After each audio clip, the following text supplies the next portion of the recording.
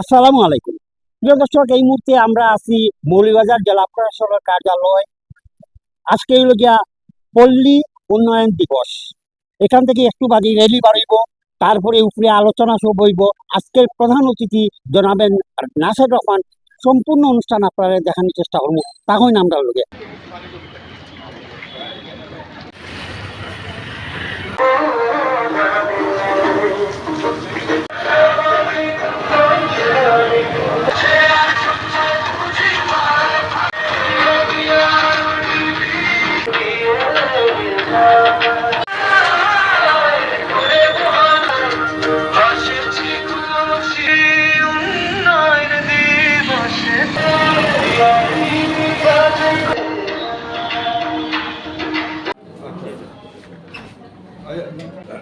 পল্লী উন্নয়ন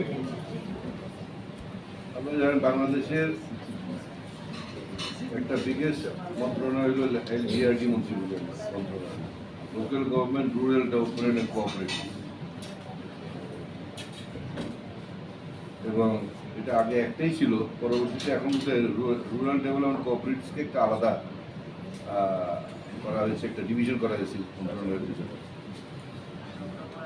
আমি সেদিনকে বাজেটে দেখতেছিলাম যে অ্যালোকেশন কত।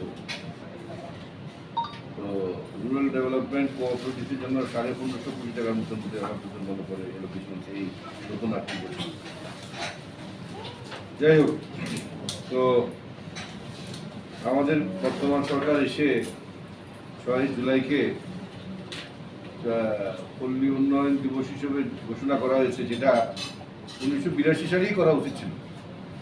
যখন এত বছর পরে উপলব্ধি হইল হঠাৎ করে এটা দিবস হয়ে গেছে। আচ্ছা, দিবস করলেই বা কি আর না করলেই বা সবাই কাজের জন্য যেতে থাকে।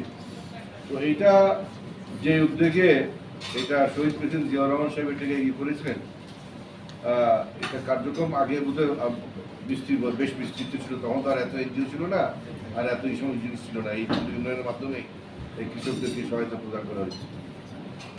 এখন কালের আবহকালে এখন বিভিন্ন ধরনের নতুন নতুন প্লেয়াররা আসছে, নতুন নতুন ইয়েরা আসছে, এসে এখন আপনারা মানে দৌড়ের মধ্যে পিছিয়ে পড়ে গেছেন আর কি। এবং যার ফলে আপনাদের বাজেট টাজেটও কমে গেছে, আপনাদেরকে এদিকে আর মনোনিবেশ করতে চাচ্ছে না। এবং যা মনে হইতেছে যে একটা যে মাস্টার প্ল্যান নেওয়া হয়েছিল, সেটা আপনার অর্থ মন্ত্রণালয় গুলি মেরে ফেলাইছে। তো আমাদের এর মধ্যে আবার লোকবলের সময় গিয়েছে। লোকবলের সমস্যা হচ্ছে এই কারণে যে যেহেতু আর্থিক ইয়েটা কমে গেছে, এই জন্য হয়তো মানুষজন হয়তো অনেকে বা ওইদিকে সরকার বলতে করছে না বলে এটার পরিধিতে যদি বাড়ানো যায় তাহলে লোকবলে অটোমেটিক বাড়বে।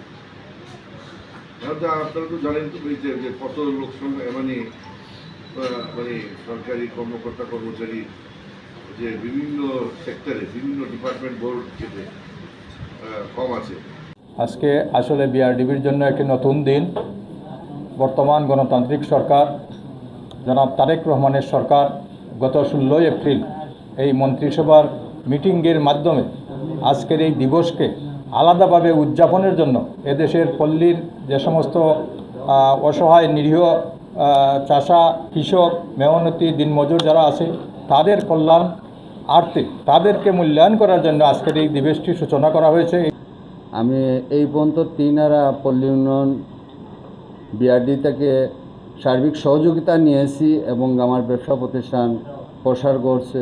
আমি আশা করব আমাদেরকে যে ঋণগুলো দেওয়া হয় আসলে সেই ঋণগুলো নিয়ে আমাদের কোনোভাবেই হয় না, যেহেতু আমরা ক্ষুদ্র খামারি এবং প্রান্তিক খামারি। আমাদের একটা বড় গাভী কিনতে গেলে মিনিমাম 4 লাখ, 3.5 লাখ, 5 লাখ টাকার প্রয়োজন হয়।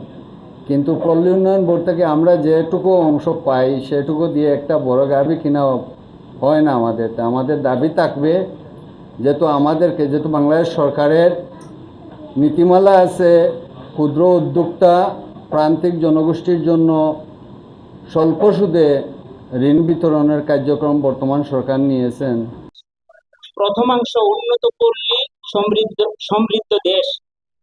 দেশের উন্নয়নের মূল ভিত্তি হলো গ্রাম বাংলা।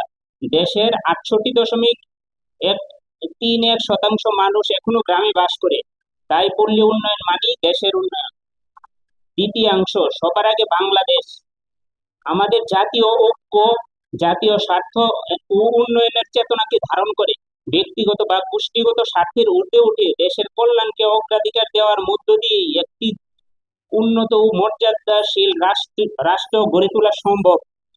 আমরা সকলে করতালি দিয়ে তিনি উপস্থিত হয়ে এই জন্য তাকে ক্রেস্ট প্রদান করেন।